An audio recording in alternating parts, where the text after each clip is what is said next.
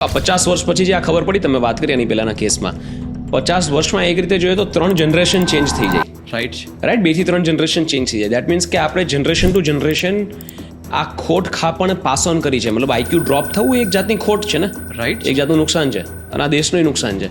સાચી વાત. તો કેમ અત્યાર સુધી આની નોંધ નથી લેવાતી? હવે આના ઘણા બધા કારણો છે કે આની માટે એક તો એક્સટેન્સિવ સ્ટડી, કે આપણે કોઈ વસ્તુનો ટેસ્ટ કરતા હોઈએ તો કેવું હોય કે ભાઈ એનો ઇફેક્ટ આજે ન હોય, કદાચ કાલે પણ ન હોય, અઠવાડિયા પછી પણ ન હોય, પણ હા 15 વર્ષ પછી કોઈ વસ્તુનો ઇફેક્ટ ખબર પડતી હોય તો 15 વર્ષ પછી જ પડવાની છે, કે જાનો એનો ઇફેક્ટ લેવાનો ચાલુ કરે ત્યારે.